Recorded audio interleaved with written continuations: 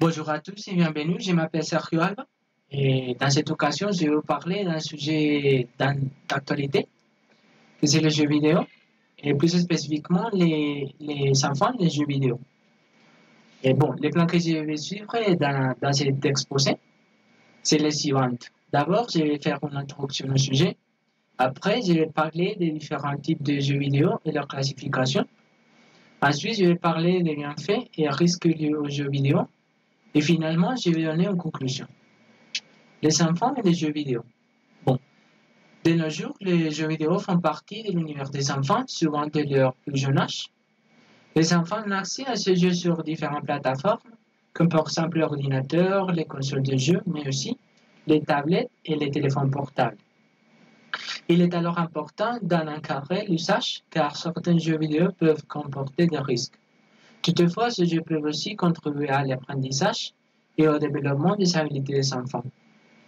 Passons maintenant au type des jeux.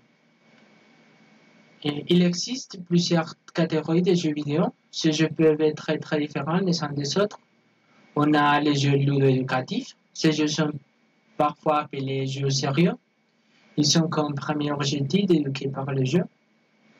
Les jeux de stratégie, les jeux faisant partie de cette catégorie peuvent être des casse-têtes ou des jeux stratégiques.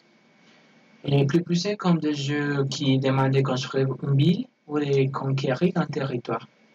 On a aussi les jeux de simulation. Ils font revivre un environnement de la vie réelle à l'enfant. Il peut s'agir de la reproduction à l'écran d'un sport ou parfois un jeu de rôle. Un univers virtuel où l'enfant est représenté par un avatar ou un personnage animé. Et finalement, on a les jeux d'action ou d'aventure.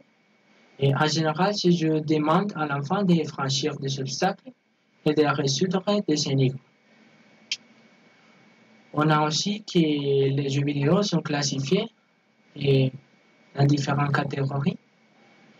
Et l'industrie des jeux vidéo en Amérique du Nord est dotée d'un code de classement, Entertainment Software Rating Board, les ESRB, en est responsable.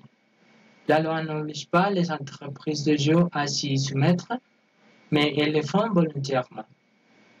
La cote ESBR du jeu vidéo est un bon indice de ce qu'on peut trouver dans le contenu des jeux vidéo. La cote EC, Early Childhood, indique que les jeux conviennent aux enfants de 3 ans et plus. La mention E, Everyone, indique que les contenus conviennent de manière générale à tous les âges. La cote E10+, indique que les contenus conviennent de manière générale aux enfants de 10 ans et plus. Et on a aussi d'autres codes. La mention T, Teen, pour les 3 ans et plus. Et la code M, mature, pour les 17 ans et plus. Et la code AO, Adult Only, pour les adultes uniquement. Bon, comme aucune loi ne régit ce système de code, il faut savoir que l'enfant peut acheter ou télécharger des jeux, même s'il n'a pas l'âge requis par les RSB pour y jouer. Et c'est sans conséquence légale.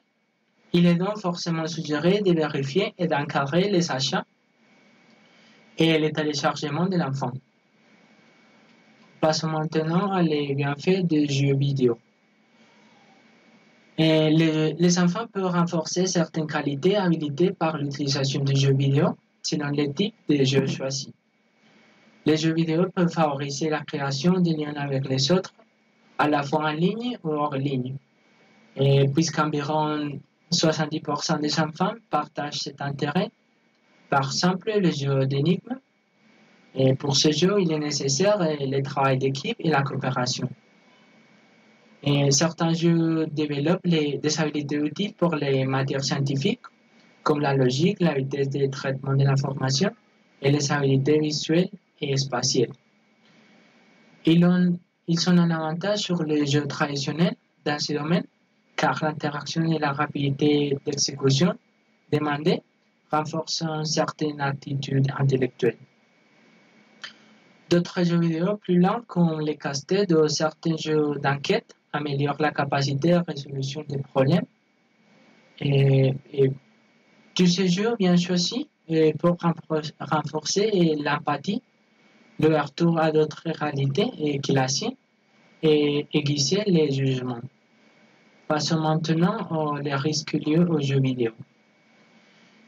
Il faut rester vigilant et encadrer l'utilisation des jeux vidéo car ils comportent des pièges qui peuvent nuire au développement et à la santé de l'enfant. Et bon, lorsqu'un enfant passe du temps devant un écran, il ne consacre pas assez de temps au bouger et à s'activer physiquement. Même si l'enfant sautille et gesticule devant son jeu préféré, cela ne remplace en rien l'activité physique nécessaire à son développement psychomoteur. La luminosité dégagée par les différents écrans tient le cerveau éveillé et en réduisant les taux de mélatonine, qui est l'hormone régulatrice du sommeil. Aussi, peu importe le type de jeu vidéo, le risque de développer une dépendance est toujours présent. Et on a aussi que les jeux multijoueurs se jouent sur Internet avec des joueurs inconnus de tous les âges. Et ces joueurs peuvent converser entre eux. Et comme les jeux et comme leurs discussions ne sont pas encadrées, elles pourraient ne pas convenir aux enfants. Bon, en guise de conclusion, je vais dire que les jeux vidéo sont pas mauvais, mais bon, le monde virtuel apporte son lot de stimulation à l'enfant, mais il ne saurait lui apporter les mêmes richesses d'expérience que le monde réel. Et sans pour autant empêcher l'enfant d'y jouer, il sache de sélectionner judicieusement ce qu'on met entre ses mains et d'en contrôler l'usage. Il est nécessaire de limiter et superviser l'utilisation des jeux vidéo pour éviter l'isolement de l'enfant et sa passivité devant un écran. Ces jeux représentent une activité parmi tous les autres. Il ne devrait jamais devenir l'activité dominante de la journée de l'enfant. Mais finalement, si on donne de bonnes habitudes à l'enfant, il sera plus facile de les maintenir à l'âge scolaire lorsque l'intérêt est croissant, particulièrement pour les jeux vidéo. Bon, et c'est tout. Merci pour votre attention. À la prochaine.